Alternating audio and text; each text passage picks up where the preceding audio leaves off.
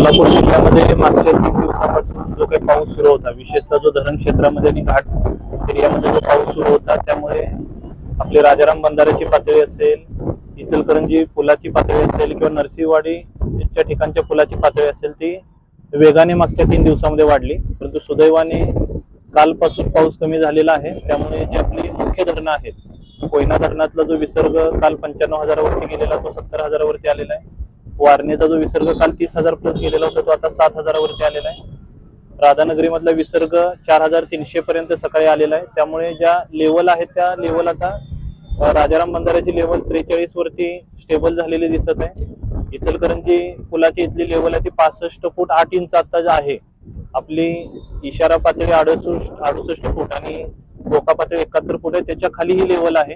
सुदैवाने इचलकरंजी शहरामध्ये अजूनही निवासी भागामध्ये पाणी गेलेलं नाही आणि आता पाऊस ओसरला असल्यामुळे निवासी भागामध्ये पाणी जाण्याची इचलकरंजी शहरामध्ये शक्यता नाही.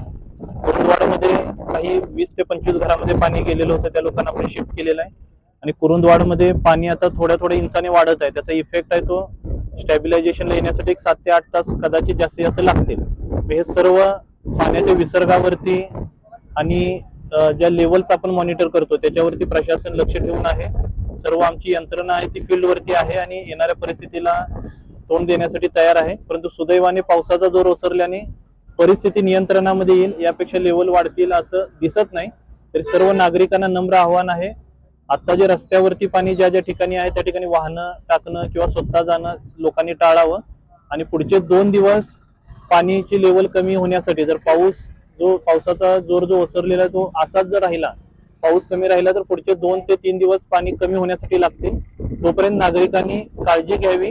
वाहत्या पाण्यामध्ये किंवा रस्त्यावरती पाणी असताना त्यामध्ये जाणं टाळावं आणि प्रशासनाकडून ज्या सूचना दिल्या जातील त्याचं पालन करावं.